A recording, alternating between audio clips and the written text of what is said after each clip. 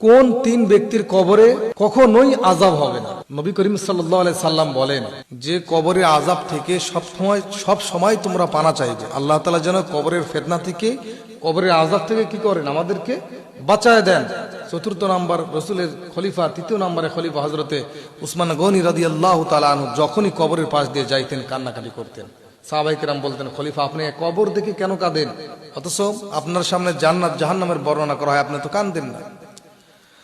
আল্লাহ নবীর সাহাবী হযরত উসমান গনি রাদিয়াল্লাহু তাআলা আনহু বলেন, সাহাবীরা শোনো, আল্লাহর নবীজির জবানে আমি শুনেছি কবর হলো মানুষের জীবনের প্রথম ঘাঁটি, আখিরাতের মঞ্জিলের প্রথম ঘাঁটি, প্রথম মঞ্জিল। যে ব্যক্তি কবর থেকে নাজাত পেয়ে যাবে ওই ব্যক্তির জন্য বাকি ঘাঁটিগুলো সহজ হয়ে যাবে।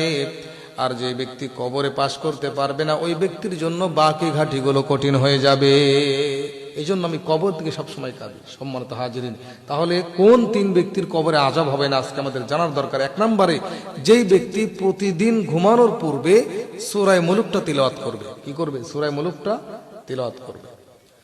আল্লাহ নবীর একজন সাহাবী জিহাদের ময়দানে যাওয়ার পরে একটা কবরের উপরে তাবু টানাইলেন। উনি জানতেন না যে এখানে একটা কবর আছে। কবরের উপরে তাবু টানাইলেন। টানানোর পরে হঠাৎ করে যখন বিশ্রাম করতে যাবেন এমন সময় ভিতর থেকে, ওই কবরের ভিতর থেকে সূরা মুলকের তিলাওয়াতের আওয়াজ শোনা যায়।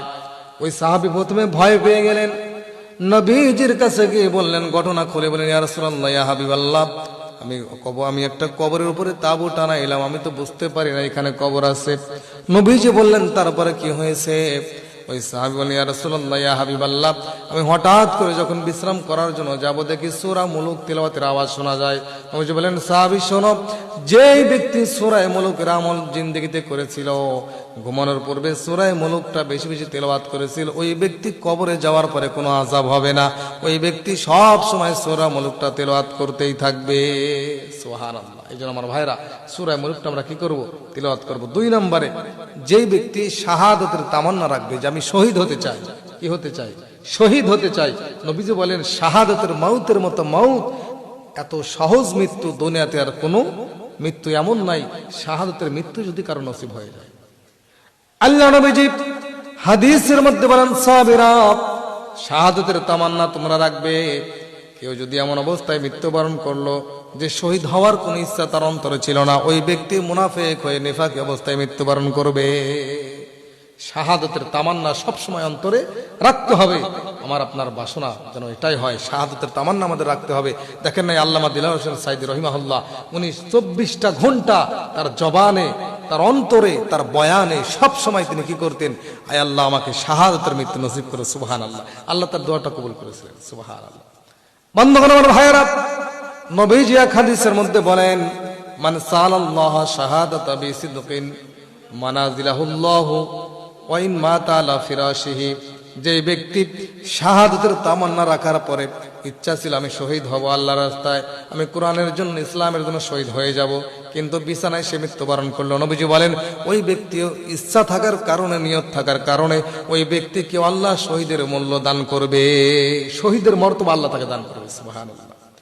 3 নম্বরে, নবীজি কবরের আযাব থেকে বাঁচার জন্য দোয়া করতেন, সব সময় বেশি বেশি দোয়া করতেন। আমরাও করব, আল্লাহুম্মা ইন্নী আউযু বিকা মিন আযাবিল কবর।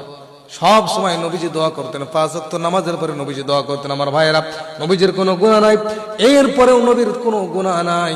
নবী কেন দোয়া করেছেন? নবী দোয়া করে উম্মতকে শিক্ষা দিয়েছেন, উম্মতরা আমার জীবনের কোনো গুনাহ নাই, আমার কবরে তো আযাব হওয়ার প্রশ্নই আসে না, আমার কাছে আল্লাহ হিসাবও চাইবে না। সুতরাং তোমাদের মধ্যে এখানে শিক্ষা হলো, সব সময় তোমরা নামাজের পরে অথবা যে কোনো সময় এই দোয়া বেশি বেশি করবে। আমি আবারও বলছি, আল্লাহুম্মা ইন্নী আউযু বিকা মিন আযাবিল কবর। এই আযাবের কবর থেকে আল্লাহ, আমি তোমার কাছে পানা চাই। এই দোয়াটা যদি আপনি করতে পারেন, এই 3টা আমল আপনি করবেন, আল্লাহ তাআলা আপনার কবরে কোনো আযাব দিবেন না। আল্লাহ তাআলা আমাদের সকলকে আমল করার তৌফিক দান করুন।